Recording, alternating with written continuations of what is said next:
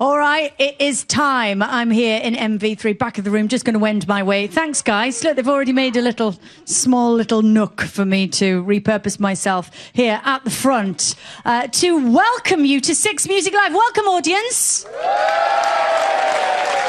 And most importantly, welcome one of Britain's best loved bands rounding off this week at Six Music Live. Please give it up for James.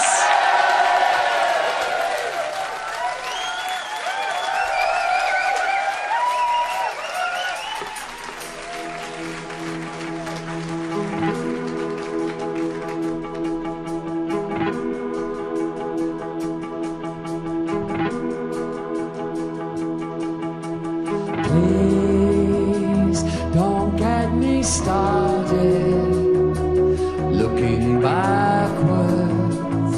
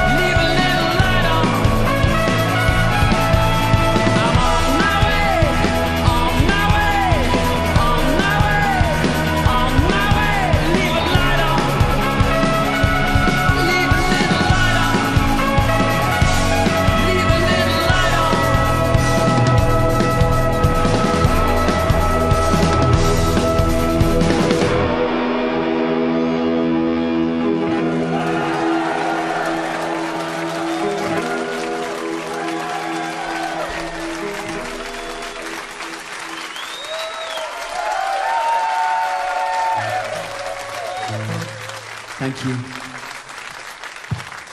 This is a song about a boy who wanted to be struck by lightning.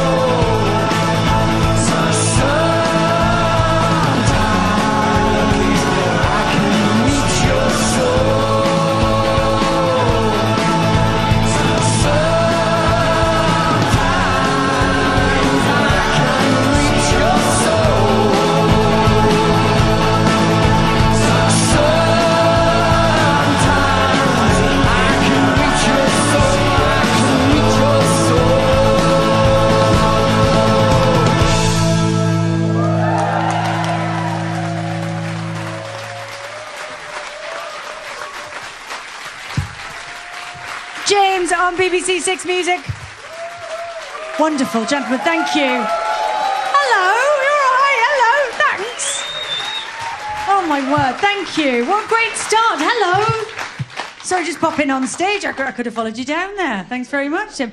What a beautiful start to the show. Thank you so much, guys. And this gentleman at the front, has that just made your life? Yeah, pretty much. Excellent. That was pretty good. Okay. He was moving. Yes, I know. I was so drawn to him. Like, it was this energy thing. It was great. So, listen, I did a bit of research, and I found out that you guys first came to this building 31 years ago, last week. Wow. To do your first Peel session. So I don't know if you remember that specifically, because I know that you did 4 Peel sessions, and I'm guessing you've been here. We remember it specifically. Do you? Yeah. It was such a big deal, obviously. Your first Peel session is a massive thing. A massive thing. And then we got arrested afterwards the minute we left as well. Oh, well, that would make it memorable. Are we able to elaborate upon that, or would that be a bad idea at this time of day? I don't know. Okay, let's broaden it out a little bit then. They let us off. It was really sweet, actually. It was a young police officer who was like younger than us, and he caught us misbehaving outside the venue celebrating. Right. And he said, "This could ruin your careers." and I could take you down to the police station, I could book you, or I could just let you go. And he let us go. Wow, thanks to him. What were you like? What were you like in those days? Because we talked about it a bit, and I know that it was a wild. James was a wild band. The original singer, God bless him, ended up in Strange Ways for GBH, and the original guitar player ended up in Strange Ways for GBH. It was like 16. I met them when they were like 16, and they'd stolen their equipment, and they could play a few chords. And I was the posh kid from university. They saw dancing and asked me to dance for them. Yeah. And did you fit in straight away? Or was there a period of instantly. No. I mean, they had a following of about 30 people, didn't we, in those days? Yeah. And a few of them wanted to test me out because they liked the last singer much more. He was much more one of their mates. So they wanted to test out the posh kid from university. You're pretty fearless, though. Have you always been that way? It grew. It just used to be terrified in front of an audience, and then it grew over the years. And then particularly it grew. We had to play Lollapalooza tour for 6 weeks, opening for Korn, essentially, in Tool. And they hated us, and the audience would call us faggots and scream abuse. And so what we did on about the third gig, we dressed up in sparkly tops and wore little mini skirt, and we thought, right, they're going to name us, we're going to go for it. Yeah. And from then on, we became a pretty fearless band, I think. We just kind of went like, all right, anyone take us on, we'll take them on. Come and have a go. And at the end of the tour, Korn said we were their favourite band, and would we go on tour with them as their opening act? Oh, that's brilliant. I mean, you've got some gigs coming up. We mentioned it earlier, and there's quite a big one just down the road in a few weeks' time at the Royal Albert Hall. What have you got planned, and how are you feeling about the shows? I mean, we change the set every night. We'll be playing 2 in London, 1 in Brixton, 1 in Albert Hall. They'll be totally different sets. The Albert Hall's such a beautiful venue, but it's seated, so it dictates a certain thing. Brixton's more of a rock and roll, bit more of a riot. Anything can happen. There's no plans, that's the thing about James, is we're chaotic and we change it every night. We don't understand bands who have the same set every night. We just think that's more like theatre. The idea is that you do a different gig wherever you go, and it becomes some kind of spontaneous communication rather than, I saw them in Madrid and they were the same as they were in Istanbul. Right. Much rather have it that, they were lunatics in Madrid. Well, we're going to speak to a man who is sharing a bill with you tomorrow evening. We mentioned that earlier. Sean Keaveney down the front there. I'll slip that in. So, stealing equipment, misbehaving outside Maida Vale, miscreants, that's what you are. Didn't realise that. We have to have a word. That was very moving, by the way. It was a really beautiful thing to see. This man was moving more than most, so we have to speak to him. You've got a question, Ian, I think, for the boys, have you not? I do, Sean, yeah. So this is Strip Mine, clearly one of the great lost albums of the 1980s. That's a fact. Down the back of the sofa. Well, you found it, obviously. So can we look forward to a 30th anniversary tour for Strip Mine? Yes! No. Some of the songs, definitely, but not all of them. I think they were, it was a mixed time in that time. It was a very strange period for us. still look quite good, though, compared to the photos on the back. We look much better there than we look now. What are you talking about? Jim hasn't changed. Yeah, well, you know, he's a vampire. Timeless. Is the nostalgia thing something that you guys aren't interested in, though? Because, you know, I think a lot of people are kind of get a lot out of looking back at records and celebrating anniversaries and stuff like that. And I mean, the reality is, when you get hit first by music is usually in your teens or your early 20s, and I don't think anything probably ever surpasses that moment when you suddenly get a piece of music. So that's human nature. But for us, no, it's very much about, like, how can we keep improving? We only look back in terms of, can we make songs as good or better than what we've done in the past? And if we can't, we have to stop. And so that's the only way we look back. But I totally understand it, that people want to hear the songs they bonded with that echo a certain memory. But I hate to become, I mean, people call us, you know, so often a heritage band that like to get a fat lip. I'm not going to try that. I'm not going to try that, especially after what we're discovering today. It's marvelous. Listen, I'm going to exit stage left and hand back to our wonderful session guest today. Please, one more time, a huge round of applause for James.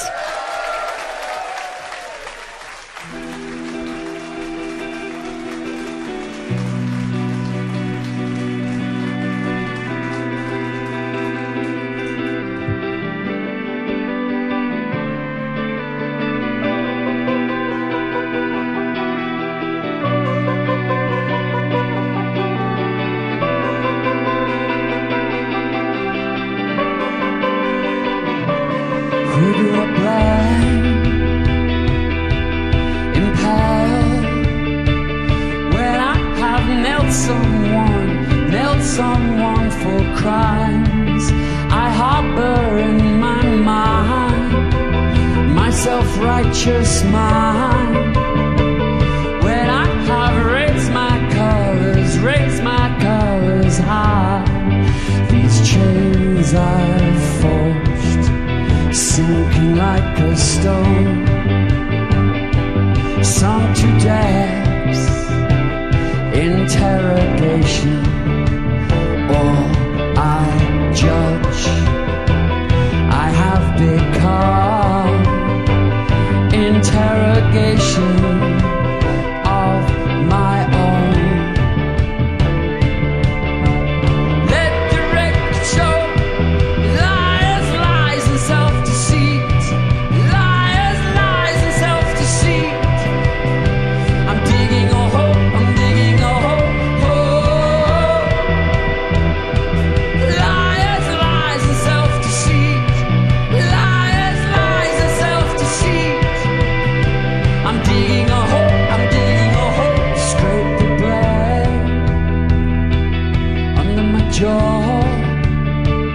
Where I have caught myself before.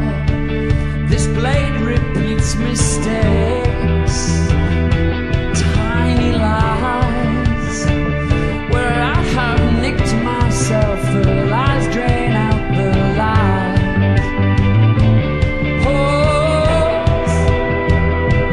Lies,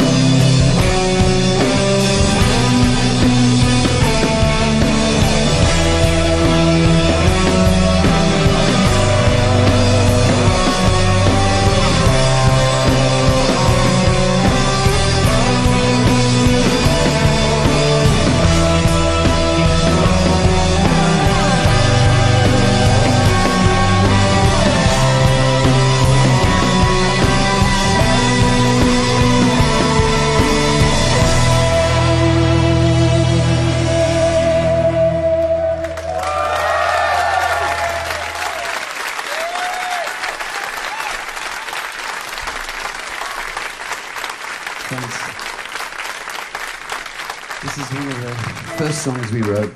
Our second single on Factory Records.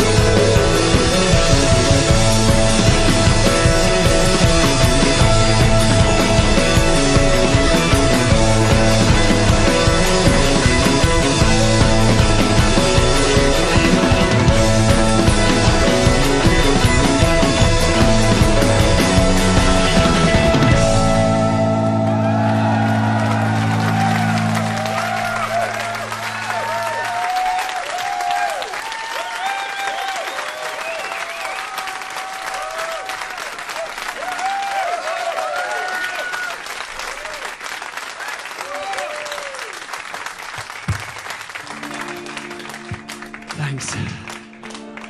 Who wrote this set list? You're going to need a little lie down after that.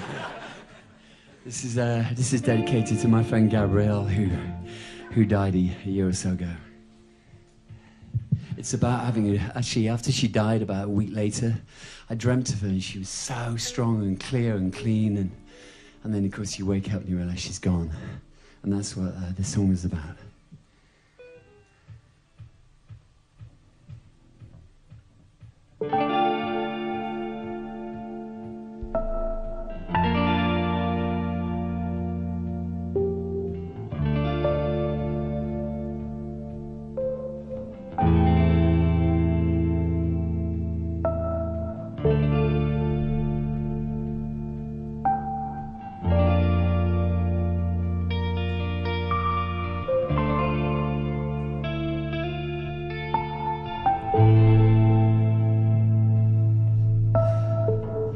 I'm dreaming of you.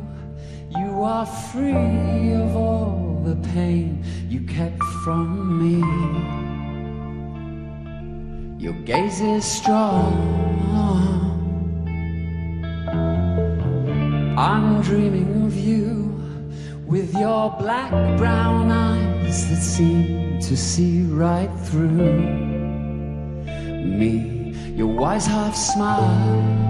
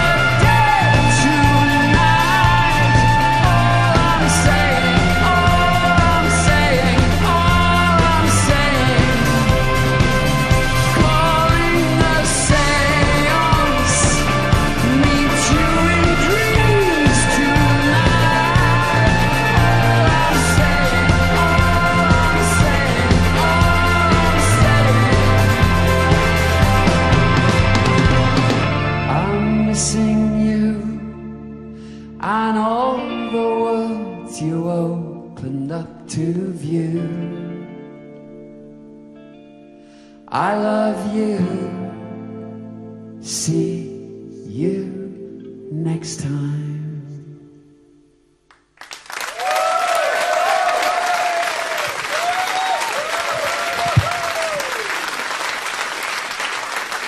James on BBC Six Music. Absolutely beautiful. Thank you. Thank you so much. Thank you. And great to hear, you know, one of the newest songs and one of the oldest songs so close together. I mean, as we were talking about earlier, Jim was saying, you know, you kind of, you're an unpredictable band. Even you guys, I guess, aren't quite sure what you're going to do next. And I think you said that the record you make next tends to be a bit of a reaction to the one that's gone before, usually. Yeah, not kind of consciously, really. No. It's just kind of when we get in the room, we tell we're kind of avoiding what we did last time, Okay. whether we like it or not. And it's just to kind of avoid your discovery. You know, we never kind of conceptually come up with an idea of what we're going to do. It's just really whatever's waiting for us in the room. Mm-hmm. And have you planned some time in a room? Well, we've started writing already. Really? funnily enough. Yeah. Okay, that's great news. And how is it so far? What's been happening? You don't really know. I mean, we go in a room and we play and play for hours. You record it. And the idea is that you're almost playing unconsciously. So you don't know how good it is until later. And then you listen back and you go, oh, this could be a great song. And then different members of the band come in with a song and go, let's work on this one. And then we work on the song and try and see if it becomes a song. But most of the time it's so unconscious. It's almost, you know, the mind is a tricky thing. And you have to find a way to get around it, to get to the real creativity. Okay. And then later on you can bring your mind in to help shape it. So you have to kind of try and get out of your own way first. Yeah. Okay. I read that you sometimes still use a few of Brian Eno's oblique strategies when you have the time, because he created some when you were working with him. He'd kind of write them down, and what happened? Yeah, he'd already done the cards by the time he worked with us, but we'd be jamming and he'd come up and write something on a bit of paper and show it to one member of the band, and no one else could see what it was, and it might say change key or play more wobbly or go and make a cup of tea or distract everybody, you know. And it's like he just wanted to get you off your comfort zone, basically, because that's where the best creativity lies. Yeah, we just had one recently in the room we were writing in. We had a whiteboard, and Jim wrote, in honour of Eno's oblique strategies, wrote sausage tartan, which was brilliant. It's a potential album title. Well, you could choose to play in the style of tartan or the style of sausage. We were in Scotland, so Or a there's combination of the reason two. for the tartan. Okay, well, those things often go together as far as kilts are They concerned. do indeed. Thanks, it's okay, I'm here all week. But that keys back into the thing we were talking about earlier, about the idea of like disruption and just constantly kind of, I don't know, putting a little fly in the ointment and making it difficult and going the long way, and that seems to be what you like doing. When we started playing, we weren't very good, and what we do is we try and play a song in a certain way, and we'd mess up, and we'd record it, and we'd go, oh, that sounds better than what we were trying to do. So we then incorporate that in the structure, and it made more original songs than if we played what we were attempting to play. And then as we got better, it got harder and harder to make those mistakes because we were too good. So then you had to find other ways to almost trick yourself into, you know, Eno has a great discrete strategy card. It's probably my favourite card. It's called Honour Thy Error as a Hidden Intention. And I think that's a fantastic philosophy. It is, but the interesting thing about that is as you get better, it gets more difficult to make mistakes, but the stakes also get higher as you get more successful, right? So mistakes presumably get scarier as, you know, the band goes. How do you deal with that? Well, you kind of get used to dealing with it and laughing it off, and plus we kind of seem inherently doomed to make mistakes, to be honest with you. I think even if we tried to be slick and professional, I think it'd fall flat. Right. But you have to kind of, you know that there's something exciting and really worthwhile on the other side of the danger, or even in the danger, and you just got to throw yourself in, and it does go wrong, and we do make mistakes. But when you first start out, when that happens, it's awful. It's absolutely awful. Like, time kind of goes incredibly slowly, and you think everybody's looking at you, the idiot that made the mistake. And of course, it's not like that at all. Mm-hmm. The crowd love it. Oh, you think so? I don't care anymore. In my reality, the crowd love it. And you just got to throw yourself in. And after doing it this number of years, you kind of just laugh it off. But that's an amazing thing to be able to say to people who are, you know, like young musicians or writers or whatever it is, you know, people trying to make something or not, you know, just people going about their everyday lives, because fear of failure is such a huge thing that holds people back, isn't it? We can also hear in the post-voice, you know, all those programs, I don't even know their names. Everyone's trying to reach a certain idea of perfection of singing, a perfection of musicianship, and it's sterile. It's got no heart. One person agrees with us. Fantastic. Chucked off last week. Didn't make it through boot camp, mate. No worries. We had another rule too in the olden days, which was if you make a mistake, repeat it, because then everyone thinks you did it on purpose. Yeah. Which is a very good trick. I think should add to his discrete strategy cards. That's John Coltrane, right? Do not fear mistakes, there are none. There you go. Right, I'm going to let these guys play some more music now and stop gassing. Thank you so much. Please give a huge round of applause for one more time. 2 more great tracks from our session guest today, James.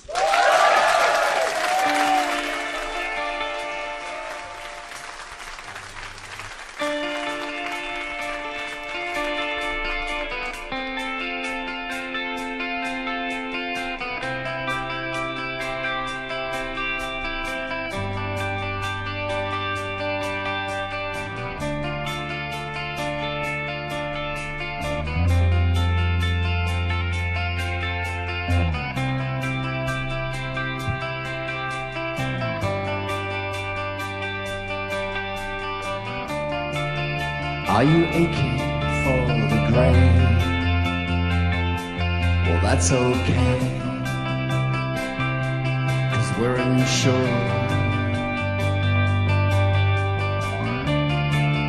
Are you aching for the blade? Well, that's okay, 'cause we're insured.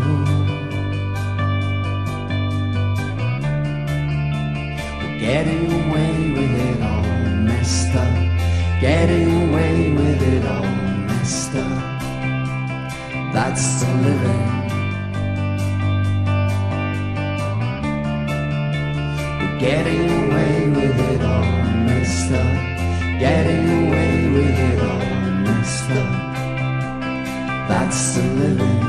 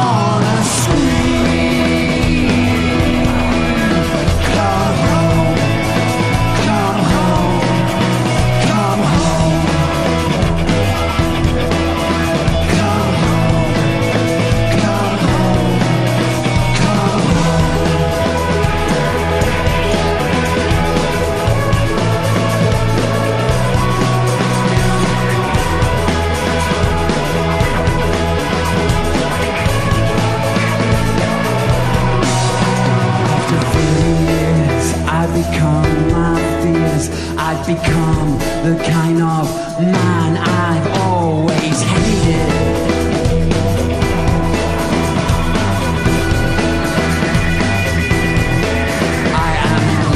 Insane with a sense of shame that I threw stones at the condemned, and now I'm slated.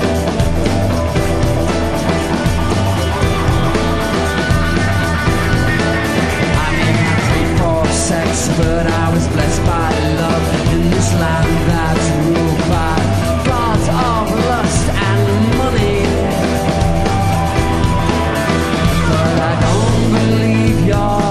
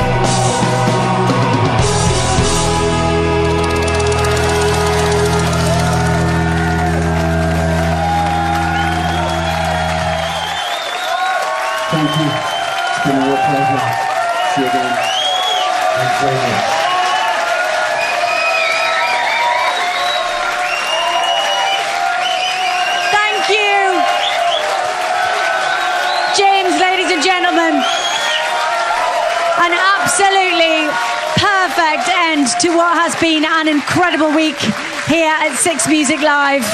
You can watch this session, watch all the best bits of today's session tonight on the red button from 7 o'clock on any BBC TV channel. We'll be back next week on your radio bringing you live sessions from Max Jury, Phil Selway and Glass Animals. And I'm also going to be talking to Bono and The Edge from U2. But thank you very much once again to all of our guests here at Six Music Live this week, especially the wonderful James.